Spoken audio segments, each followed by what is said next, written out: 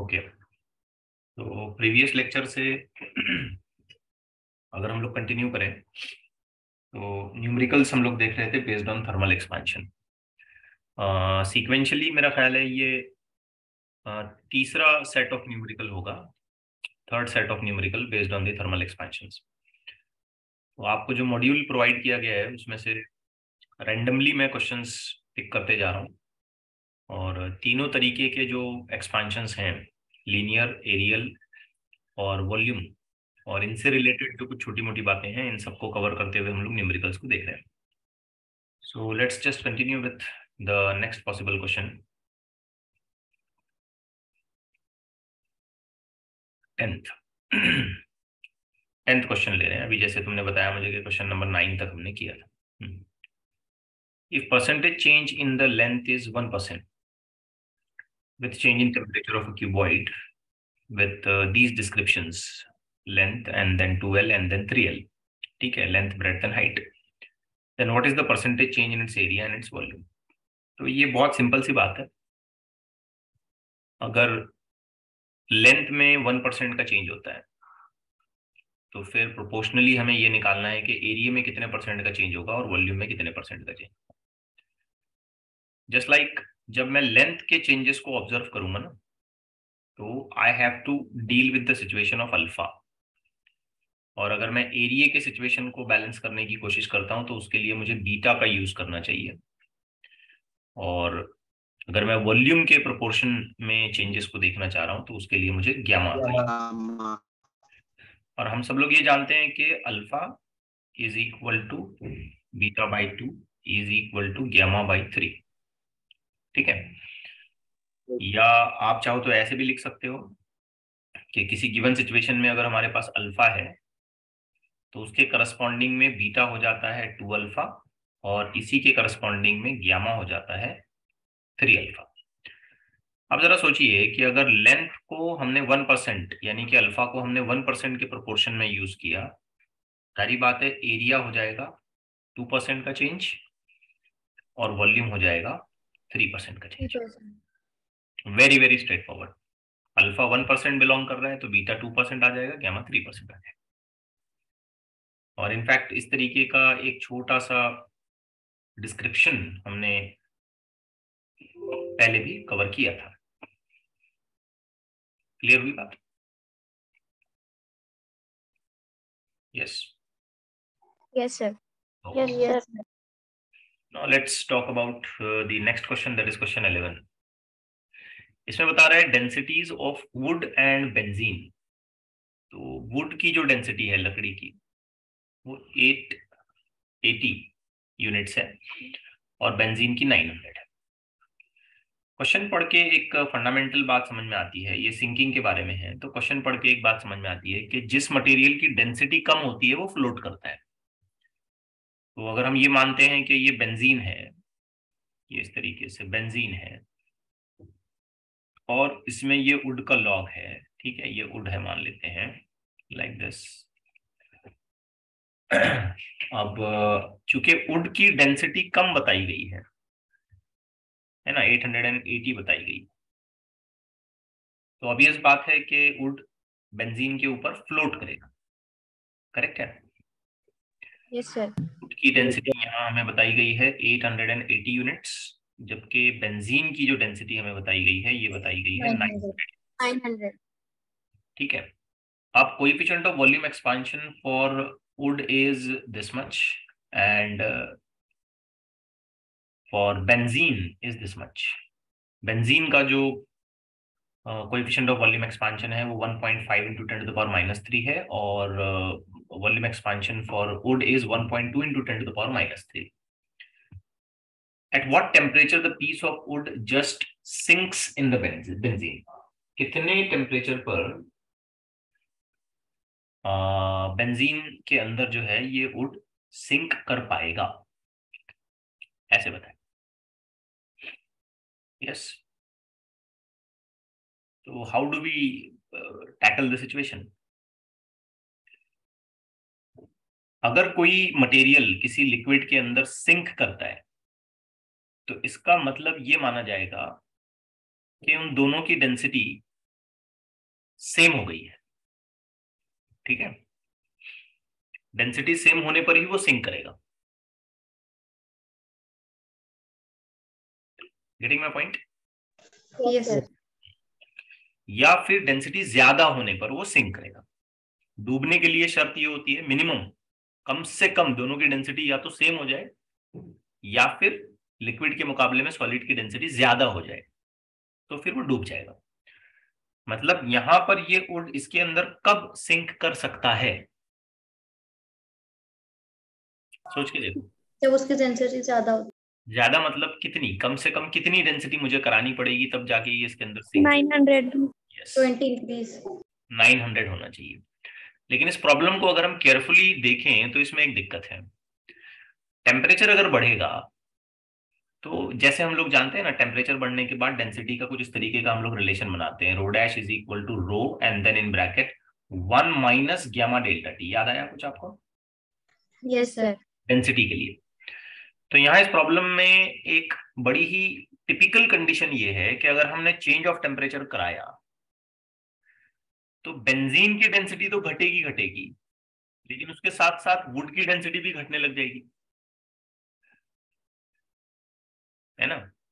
Benzene की density तो कम होगी, उसके साथ साथ वुड की भी कम होगी। तो कौन सी ऐसी सिचुएशन आनी चाहिए जहां पे बेंजीन की डेंसिटी और वुड की डेंसिटी दोनों सेम होनी चाहिए? बेंजीन की भी डेंसिटी और वुड की डेंसिटी जब दोनों सेम हो जाएंगे, प्रॉब्लम समझ में आ रहा है? यहाँ पे सिर्फ ऐसा नहीं सोचना है कि वुड की डेंसिटी हमने बढ़ाते जाना है, बढ़ेगा तो नहीं, डेंसिटी तो बढ़ने का सवाल ही नहीं पैदा होता। टेम्परेचर बढ़ेगा तो डेंसिटी घटेगी,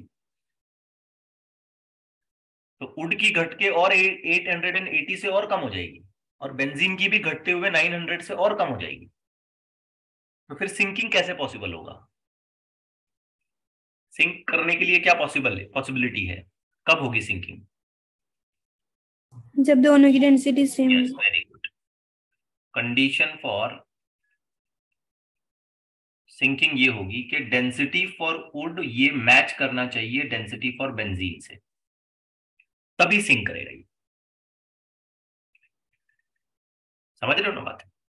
यस सर। Yes sir. अब डेंसिटी का ये फॉर्मूला है अपना।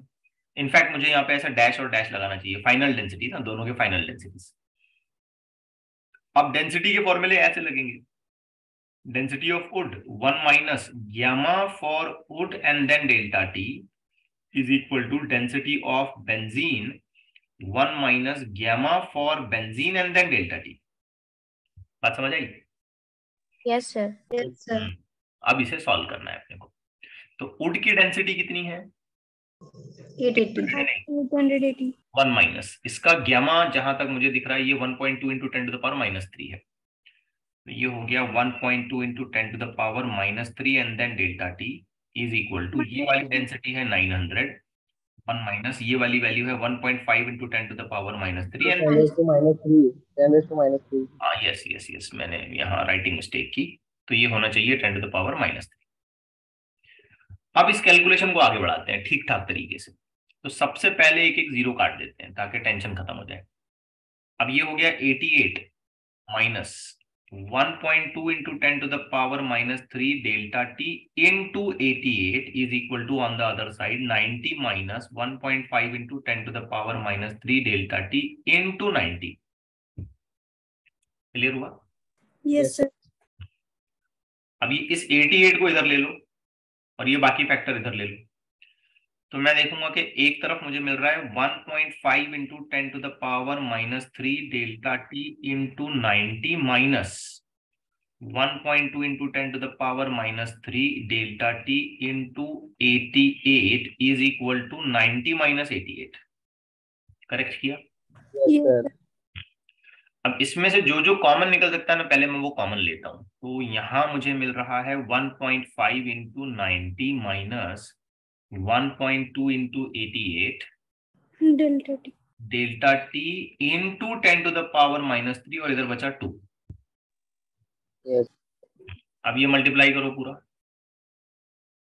मल्टीप्लाई करके माइनस करके बताओ कितना आता है, जल्दी करो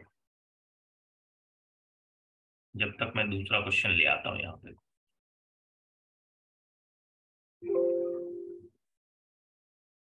29.4. 29.4 इज इट? देखो, यस Yes, sir. 9.4. पूरा माइनस करने के बाद ना, Yes, sir. जैसे तुम बता रहे हो ये आया 29.4 into delta T into 10⁻³ is equal to 2। तो अगर ध्यान से देखोगे तो 2 is equal to, sorry, delta T is equal to 2000 divided by 29.4। कैसा है 2000? 10⁻³ नीचे गया, नीचे से गया ऊपर, तो +3 हुआ। अब बताओ कितना टेम्परेचर चेंज करना पड़ा? 68.02. कितना? 68. 2000 डिवाइडेड बाई 29.4। बोलिए। 68.02. मेक इट करेक्ट, सब लोग चेक करो।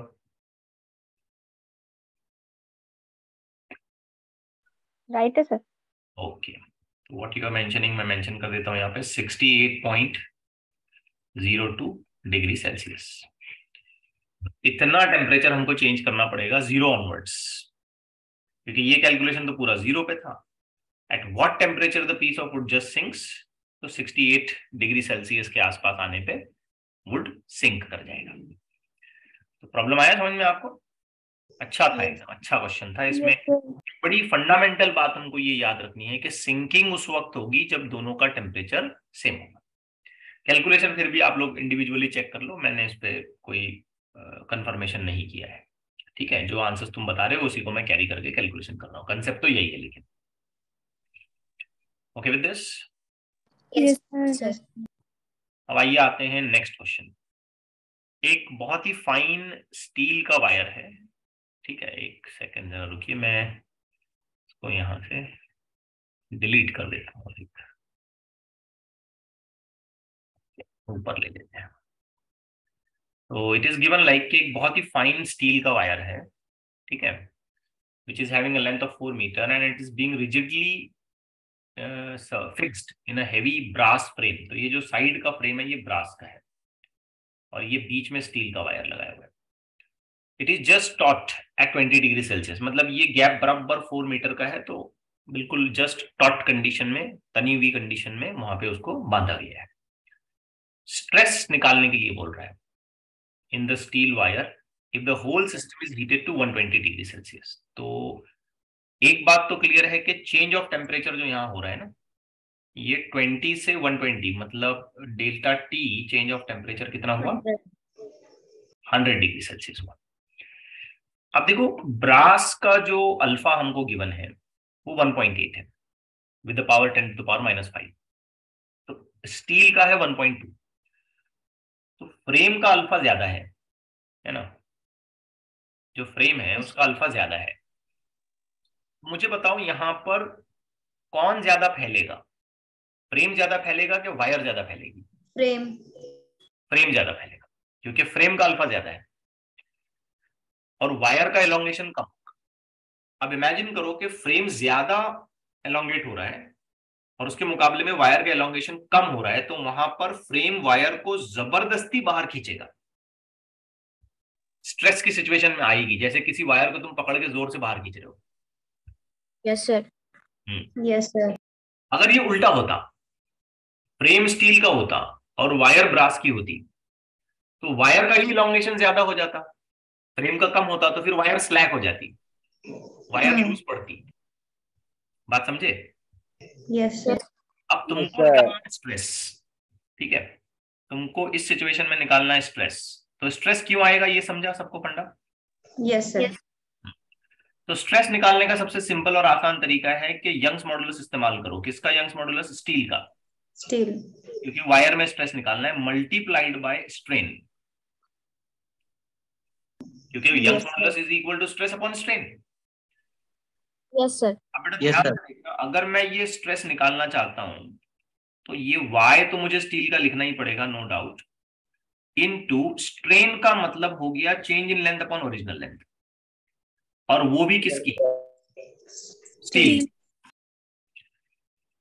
Now I have to think it very carefully कि मैं चेंज ऑफ लेंथ कैसे लिखूंगा। तो आंसर सिंपल है, ओरिजिनल लेंथ जो भी होगी उसमें ध्यान से देखो बेटा, alpha for brass minus alpha for steel into change of temperature. क्यों मैंने माइनस किया, इस बात पे जरा जोर लगाओ, क्योंकि यहां पर सिर्फ स्टील वायर का एक्सपांशन नहीं हो रहा है, दोनों चीजों का एक्सपांशन होगा, फ्रेम का भी एक्सपांशन होगा और वायर का भी एक्सपांशन होगा। अगर फ्रेम और वायर का एक्सपांशन एक जैसा हुआ तो कोई स्ट्रेस नहीं आएगा। बात को समझो, फ्रेम और वायर दोनों अगर सेम लेवल पर एक्सपांड हुए तो स्ट्रेस आने का सवाल ही नहीं पैदा हुआ। स्ट्रेस कब आएगा, जब हम वायर को जबरदस्ती खींचेंगे। और वायर को हम जबरदस्ती कैसे खींच रहे हैं, तो वायर के मुकाबले में फ्रेम ज्यादा एलोंगेट हो रहा है, तो मानो जैसे हम वायर को जबरदस्ती खींच रहे हैं। क्लिक हो रहा है? इसलिए हमें उतना ही एलोंगेशन इस्तेमाल करना है जो दोनों के बीच का डिफरेंस है। स्ट्रेस निकालने के लिए हमें सिर्फ वही एलोंगेशन का इस्तेमाल करना है जो फ्रेम और वायर के बीच का डिफरेंस है। फॉर एग्जाम्पल, फ्रेम का एलोंगेशन 5 mm हो गया, 5 mm, और वायर का एलोंगेशन भी 5 mm हुआ, तो क्या वायर में स्ट्रेस आएगा? नहीं आएगा, क्योंकि आपने स्ट्रेस तो उस वक्त आएगा जब जबरदस्ती खींचते हैं। तो अगर दोनों 5 mm एलोंगेट हुए तो वायर को खींचने की सिचुएशन ही क्रिएट नहीं होगी वायर के लिए, फोर्स की सिचुएशन ही क्रिएट नहीं होगी वायर के लिए, तो कोई स्ट्रेस नहीं आएगा।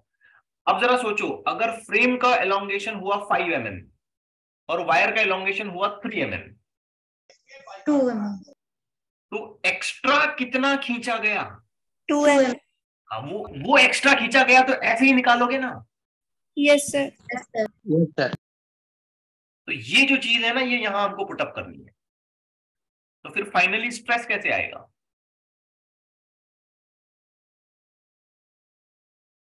Stress is equal to y for steel into, अब ये अगर मैं यहां ले जाके पुटअप करता हूं तो ये एल फैक्टर कट जाएगा।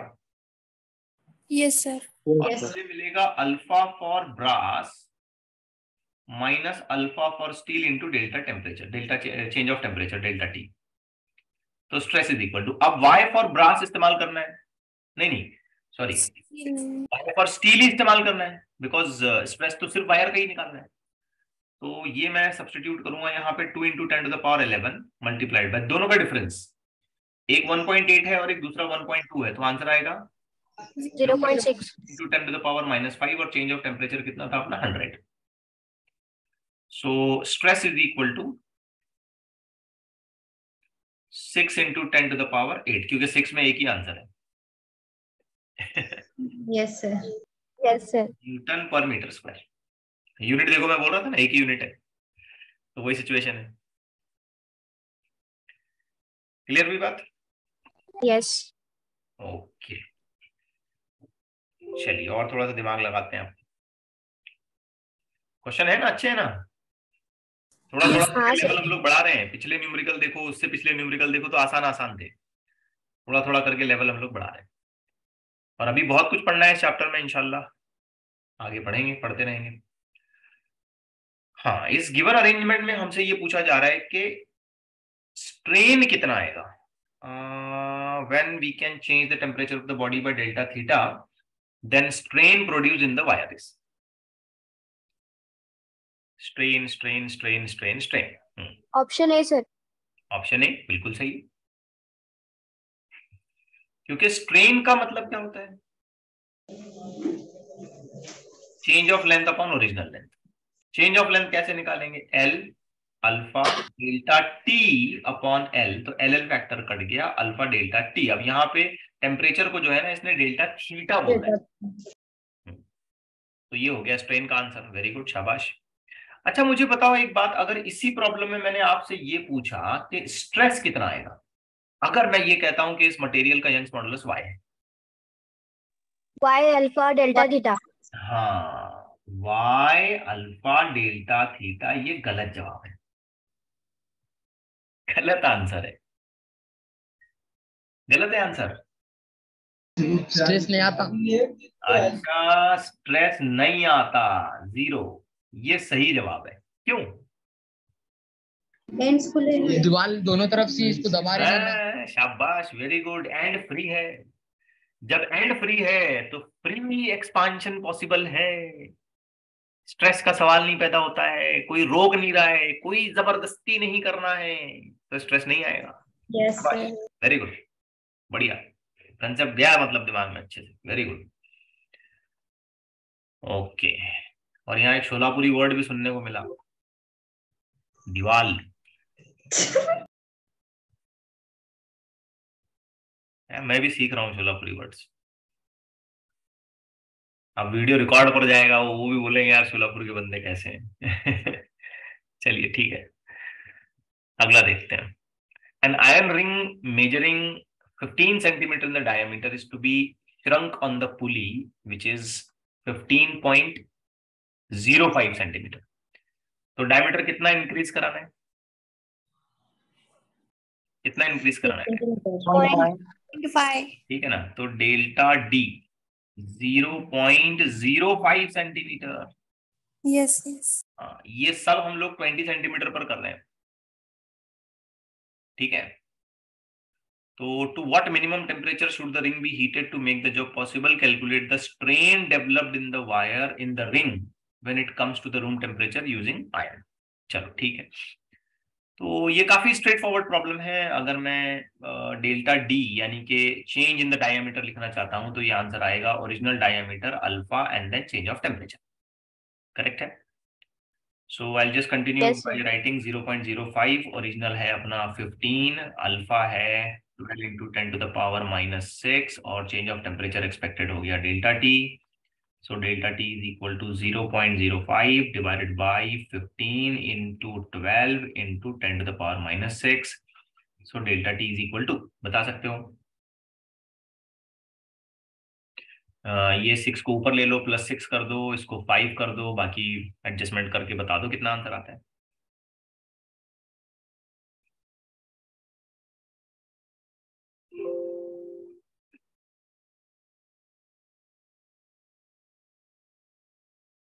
कितना आ रहा है answer?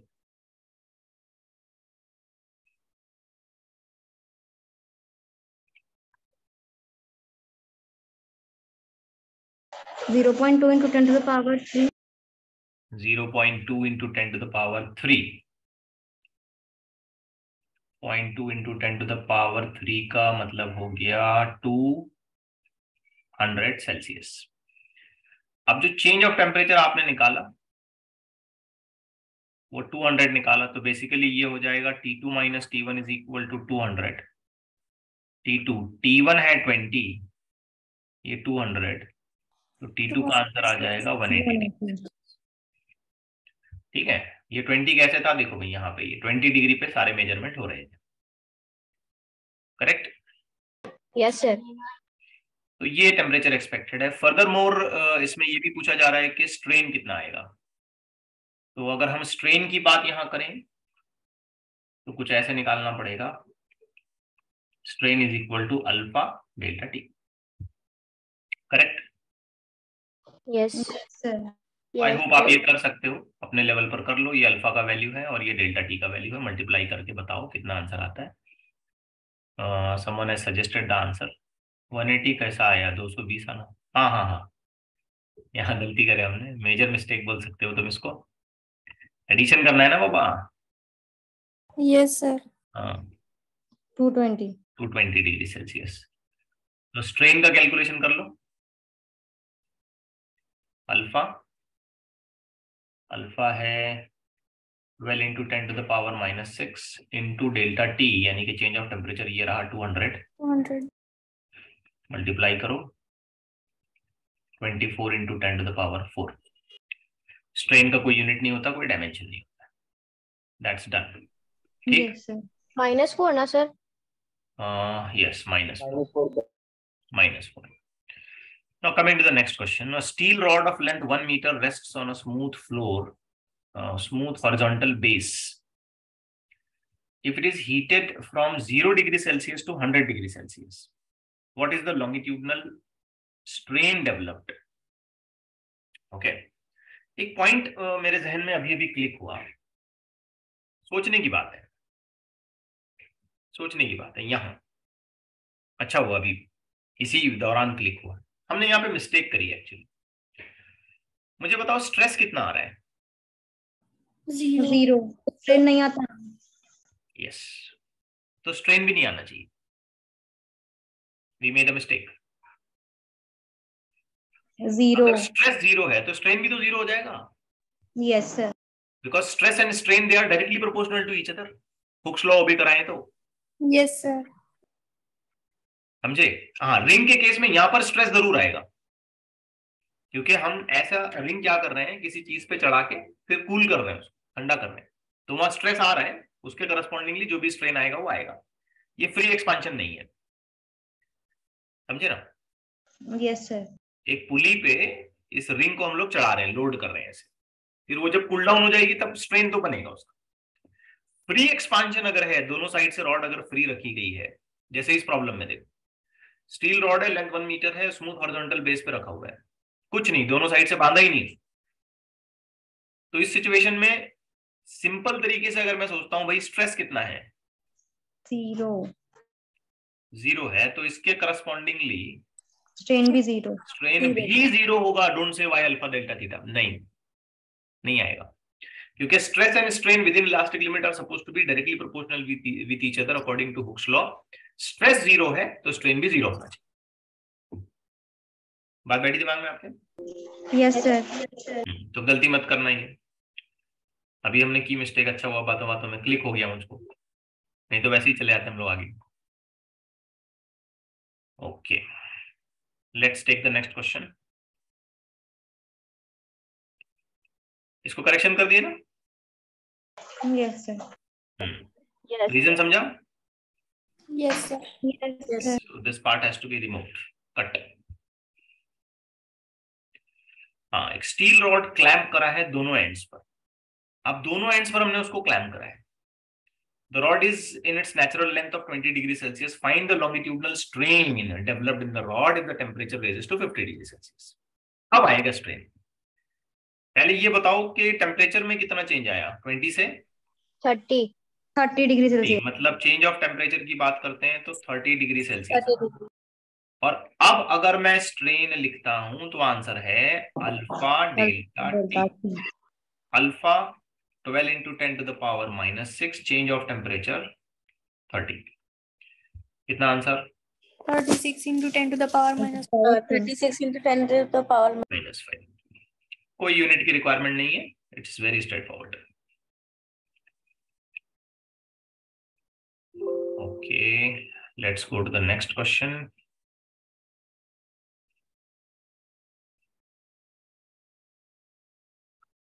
A steel wire of cross-sectional area 0.5 millimeter square is held between the two fixed support.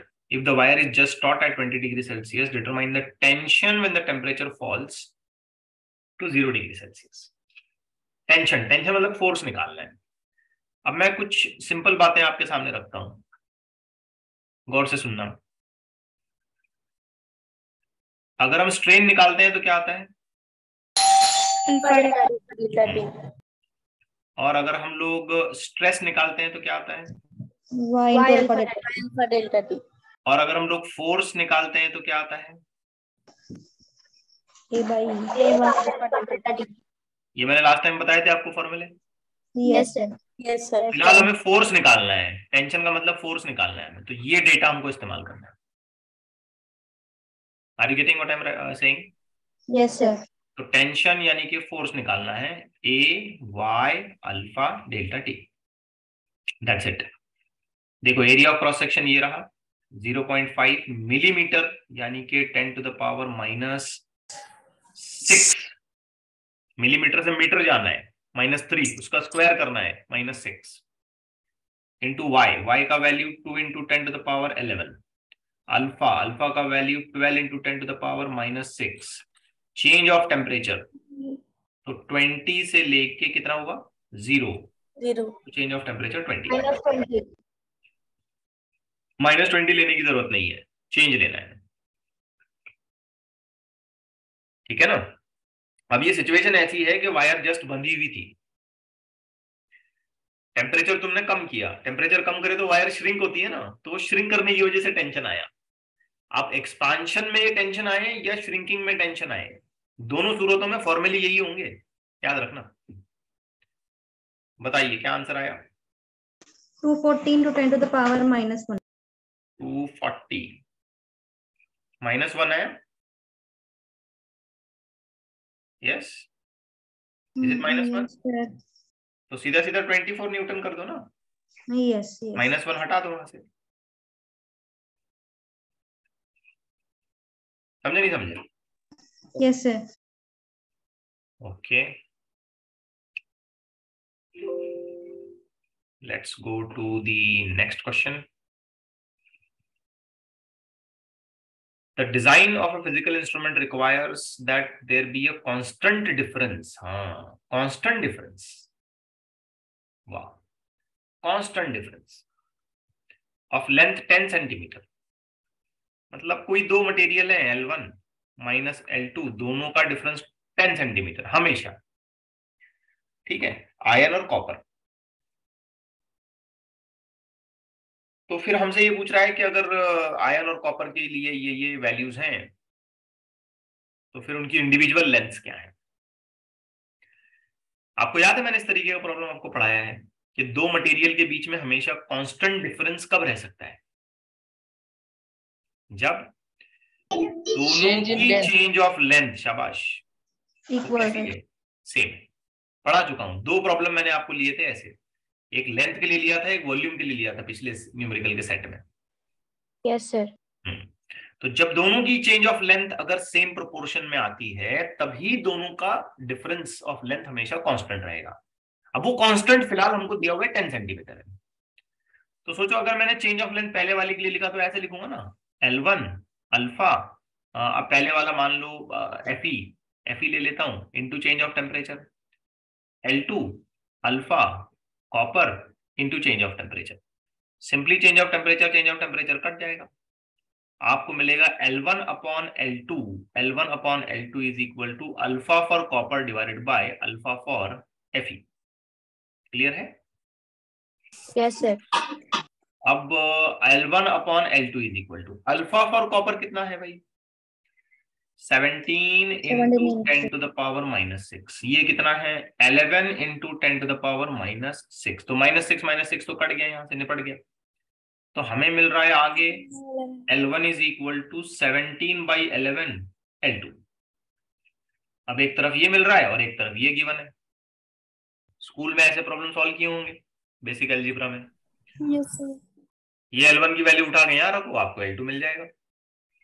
Yes sir. Substitute करो, ये L1 उठा करके यहाँ इस इक्वेशन में सब्स्टिट्यूट करो, तो क्या मिला? 17/11 L2 minus L2 is equal to 10। तो 17 L2 minus 11 L2 is equal to 110। नहीं समझा? समझे सर। 6 है ना, 6 L2 is equal to 110, L2 is equal to 110 divided by 6, L2 is equal to, बता दो कितना है? 18.3। 18.3 एक ही दिख रहा, खत्म हो गई बात। और उसमें 10 ऐड करोगे तो 28.3 हो जाएगा दूसरा वाला। Yes sir. Yes sir. आ रहा है ना समझ में कैसे करते हैं? Yes sir. Okay, let's take the next one. तेज तो नहीं हो रहा, फास्ट तो नहीं आ रहा हूँ मैं? ठीक है, वैसे बहुत स्लो पढ़ाता हूँ मैं देखा जाए तो। ओके, चलिए आगे देखते हैं। एक आयरन रॉड है जिसका लेंथ है 50 सेंटीमीटर और just joint at an end to an aluminium rod of 100 centimetre. अच्छा, दो अलग अलग रॉड्स हैं। All measurements refer to 20 degree Celsius. The coefficient of linear expansion for aluminum and iron is this much. Average coefficient of the composite system. अच्छा सवाल है, important. तो बेटा दो रॉड हैं, एक आयरन की मान लेते हैं रॉड नंबर 1 और दूसरी एल्यूमिनियम की मान लेते हैं रॉड नंबर 2। तो इसकी लेंथ मान लेते हैं L2 इन द बिगिनिंग और इस वाले की लेंथ मान लेते हैं L1 इन द बिगिनिंग। ये अल्फा 1, ये अल्फा 2। तो अब हमसे ये पूछ रहा है कि कंबाइन कोएफिशिएंट क्या है, एवरेज जिसको हम कहते हैं। तो बेटा ये याद रखो कि ये वैल्यू मैंने ट्रीट की L1, ये वाली वैल्यू मैंने ट्रीट की L2, इसको मैं मान के चल रहा हूं अल्फा 1 आयन के लिए, ठीक है। तो ये अल्फा 1 और इसको मैं मान के चल रहा हूं अल्फा 2, ठीक है। क्लियर हुई बात? Yes sir. अब सोचो अगर टेम्परेचर बढ़ता है और एक्सपांशन होता है, तो जो कॉम्बिनेशन का एक्सपांशन होगा वो तो ऐसे ही होगा ना, expansion for first plus expansion of second. Yes sir. Yes अब कॉम्बिनेशन का एक्सपांशन लिखते वक्त टोटल लेंथ तो ऐसी लिखनी पड़ेगी L1 plus L2, combination alpha for combination and then change of temperature. L1 alpha 1 then change of temperature, L2 alpha 2 and then change of temperature. क्या आपको मेरी बात समझ आ रही है? Temperature cancel. Yes sir. तो simply change of temperature common लेकर के कैंसिल हो जाएगा। यस। तो अल्फा फॉर कॉम्बिनेशन क्या हो जाएगा, L1 alpha 1 plus L2 alpha 2 divided by L1 plus L2। ये तो मैंने डिराइव करके भी दिया था आपको, यस सर। है ना। अब डेटा है मौजूद आपके सामने, चलो आप लोगों के लिए सॉल्व करना शुरू करते हैं। L1 50, alpha 1 12 into 10 to the power minus 6, L2 100, alpha 2 24 into 10 to the power minus 6 divided by L1 50 plus 100। Simple करो केस को, एक एक जीरो सबका काट दो। 12 into 5 60, 10 into 24 240, 240, 15 10 to the power minus 6 common, 300 divided by 15 20, 20। Clear हुआ? Yes sir. So this is how we have to manage the questions. आप लोगों को समझ आ रहा है अच्छे से? Yes yes sir. Sir. Yes sir. ये एक और देखते हैं, आइए क्वेश्चन 20। एक ब्रास का रॉड है और एक लेड का रॉड है, दोनों 80 सेंटीमीटर पे हैं और एक साथ दोनों को ज्वाइन करके, सॉरी एक साथ दोनों को क्लैम्प किया है at one end with their free ends coinciding. मतलब ये अरेंजमेंट तुम ऐसे कुछ ट्रीट कर सकते हो कि ये दीवार है और यहाँ ये एक रॉड ले लिया, मान लेते हैं ये ब्रास या एल्यूमिनियम किसी का है ऐसा, और बिल्कुल इसको लग के ये दूसरी रॉड ऐसी लाइक दिस। तो दोनों की जो एंड ऑन एंड लेंथ है वो बिल्कुल सिमिलर लेवल पे आती है। अब टेम्परेचर बढ़ा, ठीक है, स्टीम में रखा गया इसको। स्टीम में मतलब कितने टेम्परेचर पे रखा गया, 100 डिग्री सेल्सियस। तो जारी बात है, इससे एक फैक्ट समझ में आता है कि चेंज ऑफ टेम्परेचर कितना हुआ, 100 डिग्री सेल्सियस। 100 डिग्री सेल्सियस, क्योंकि हम लोग अभी अभी थे कहाँ पे, 0 पर, और अब कहाँ पे आ गए, 100 पे। 100। अब देखो लेड जो है उसका 28 वैल्यू है अल्फा का, और ब्रास जो है उसका 18 है। तो एक्सपांशन किसका ज्यादा होगा, लेड का। लेड का, ठीक है। तो फर्दर मैं ये ऑब्जर्व कर सकता हूं कि लेड का एक्सपांशन ऐसे ऐसे ऐसे ऐसे होके मान लेते हैं यहां तक आ गया, और ब्रास की रॉड का एक्सपांशन थोड़ा सा कम हुआ ऐसे। तो फिर देखा जाए तो टेक्निकली इन दोनों में कुछ तो डिफरेंस आया है ना। यस तो इन दोनों में जो सेपरेशन हुआ है वो सेपरेशन कितना होगा ये पूछ रहा है। तो बहुत आसान है, अगर सेपरेशन को मैं डेल्टा एक्स बोल दूं तो दोनों की इनिशियल लेंथ तो सेम है, alpha for lead minus alpha for brass, change of temperature भी सेम है, खत्म, finish. 80 10 into 10 to the power minus 6 100। सही जा रहा हूं? 1 2 3 Yes, 4 8 into 10 to the power -2 2. सही है। Yes, sir. 8 into 10 to the power -2 centimetre. -2. Centimetre बराबर। yes, sir. यानी कि 0.8 into 10 to the power -2 centimetre 0.8 millimetre. एकदम आसान था ना ये? Yes, sir. तो अलग अलग लेवल पर कोई खासा कैलकुलेशन करने की जरूरत नहीं थी। ओके, आइए एक और छोटा सा कंसेप्ट कवर करते हैं। ऑलरेडी हम इस पर बात कर चुके हैं, बट फिर भी एक टेक्निकल पॉइंट इस तरीके से या एक कंडीशन इस तरीके से कहते हुए मैं आपको ये समझा देता हूं कि किसी ने कुछ क्वेश्चन किया 0.8 into 10 to the power -2 centimetre क्यों? What are you saying? Unit तो सेंटीमीटर ही है ना, लेंथ तो सेंटीमीटर में मेजर करी। भाई जो लेंथ है इनिशियल सेंटीमीटर में है तो फाइनल भी तो सेंटीमीटर आएगा। हाँ, यहाँ -2 नहीं आना चाहिए, ये जो मैंने लिखा यहाँ मुझसे मिस्टेक हुई, ये आना चाहिए -1 आना चाहिए। एक डेसिमल मैंने सिर्फ यहाँ पीछे शिफ्ट किया, 0.8 into 10 to the power -1 centimetre हटा के मिलीमीटर कर दिया। क्लियर हुआ? Yes, sir. Yes. Yes, I was on a point to go for apparent expansion of the liquid in the container. इस पर हालांकि हम लोग बात कर चुके हैं, बट जस्ट कुछ एक कंडीशन के तौर पे मैं आपको ये समझाना चाहता हूँ।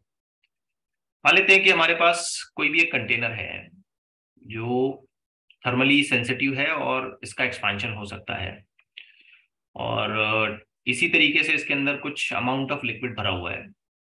अब इंटेंशनली मैं फुल लिक्विड इसमें नहीं भरता हूँ, टू सम लेवल मैं इसमें लिक्विड भर देता हूँ।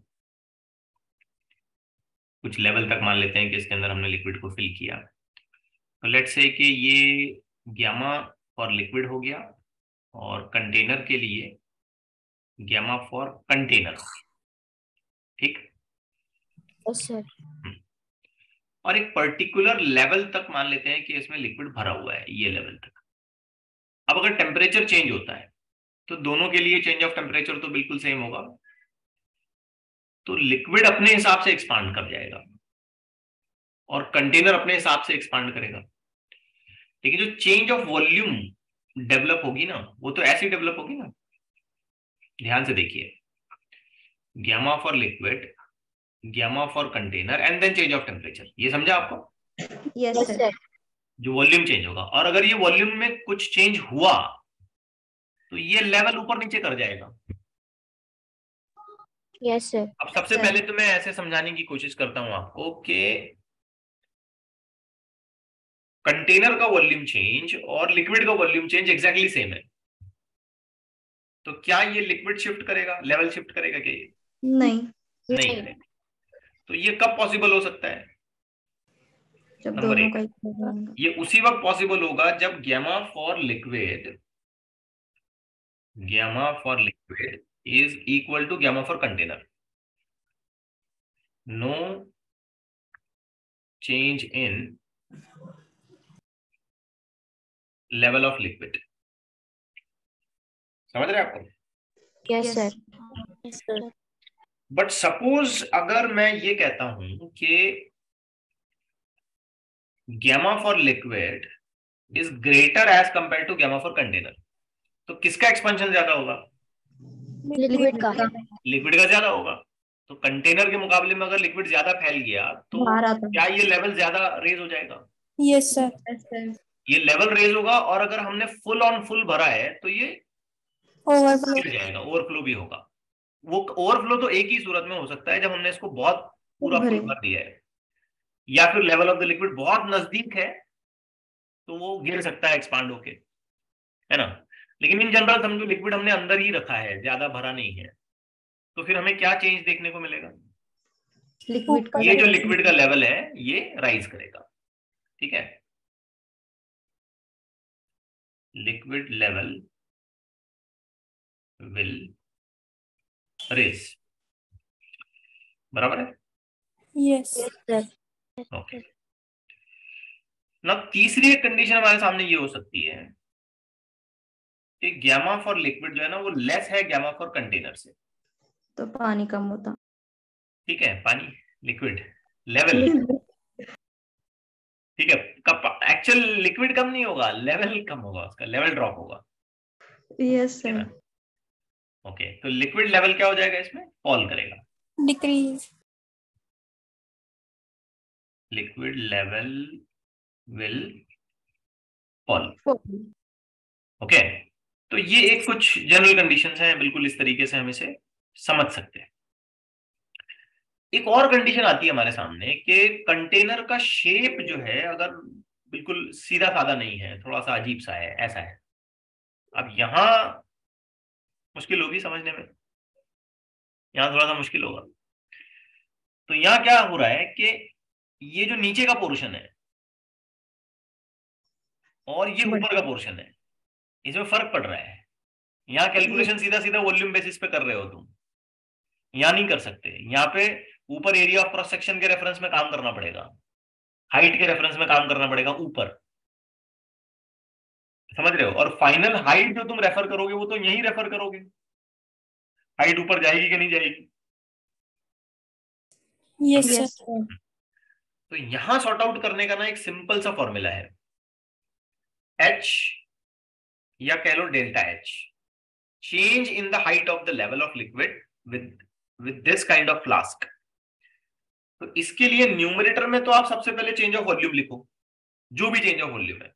तो चेंज ऑफ वॉल्यूम तो बेटा ऐसे आएगी, समझ रहे हो नहीं समझ रहे हो? Yes sir.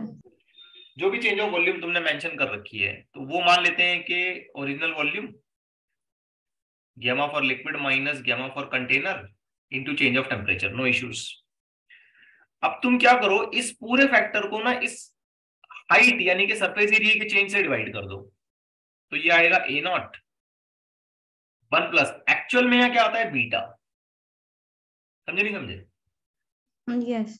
हाँ, एक्चुअल में वहां बीटा आता है, लेकिन हम उसे लिखेंगे 2 अल्फा, और वो भी कंटेनर का, इनटू चेंज ऑफ टेम्परेचर। तो इस तरीके के कंटेनर में अगर मुझे हाइट का चेंज निकालना है तो मैं ऐसे निकालूंगा। अब इसमें भी दो पॉसिबिलिटीज हो सकती हैं। सोचो ये दोनों सेम है, ये दोनों सेम है, तो वॉल्यूम में चेंज नहीं आता। कोई भी हाइट में चेंज नहीं होगा, है ना? अपने को तो ये हाइट निकालनी है ना अपने को, ये कम ज्यादा हुई कि नहीं हुई। Yes sir. Yes, ठीक है, वॉल्यूम टोटल कैलकुलेशन तो वॉल्यूम का ही हो रहा है, नो डाउट, लेकिन इसे कुछ इस तरीके से कर रहे हैं हम लोग। तो अगर गैमा फॉर लिक्विड और gamma for container exactly same निकला ना, तो ये जो ट्यूब है इसके अंदर लेवल ऑफ लिक्विड ना तो फॉल करेगा ना ही रेस करेगा, कुछ नहीं होगा। और उसी तरीके से अगर ये गैमा फॉर लिक्विड अगर बड़ा हो जाता है, हाईयर वैल्यू आती है इसकी, तो ये पूरा पॉजिटिव आएगा आंसर। Yes, sir. मतलब ये डेल्टा एच लेवल क्या करेगा? Raise. रेस करेगा। और अगर गैमा फॉर लिक्विड कम होता है कंटेनर लेवल के फॉल। मुकाबले में, तो ओवरऑल पूरा आंसर मेरा नेगेटिव आ जाएगा। और नेगेटिव आंसर का मतलब मैं ये मानूंगा कि ये जो लेवल ऑफ लिक्विड है, ये जो हाइट है यहाँ पे, ये फॉल करेगा। तो ये जो फॉर्मूला मैंने यहाँ पे आपके सामने लिखा है ना, ये सिर्फ और सिर्फ ऐसी कंडीशन के लिए है जिसमें फ्लास्क का अरेंजमेंट है और कंटेनर नेक के साथ है, लाइक का एक हाइट वहां पे कैलकुलेशन के तौर पे इस्तेमाल किया जा रहा है। ओके, सो ये एक एडिशनल कंसेप्ट अपने दिमाग में बिठाइए। इस पर हमने ऑलरेडी 2-3 क्वेश्चन पहले सॉल्व कर लिए हैं पिछले न्यूमेरिकल के सेट्स में। आज के लिए इतना काफी है, हम लोग यहाँ आज रुक जाते हैं और कल इसके आगे कंटिन्यू करेंगे।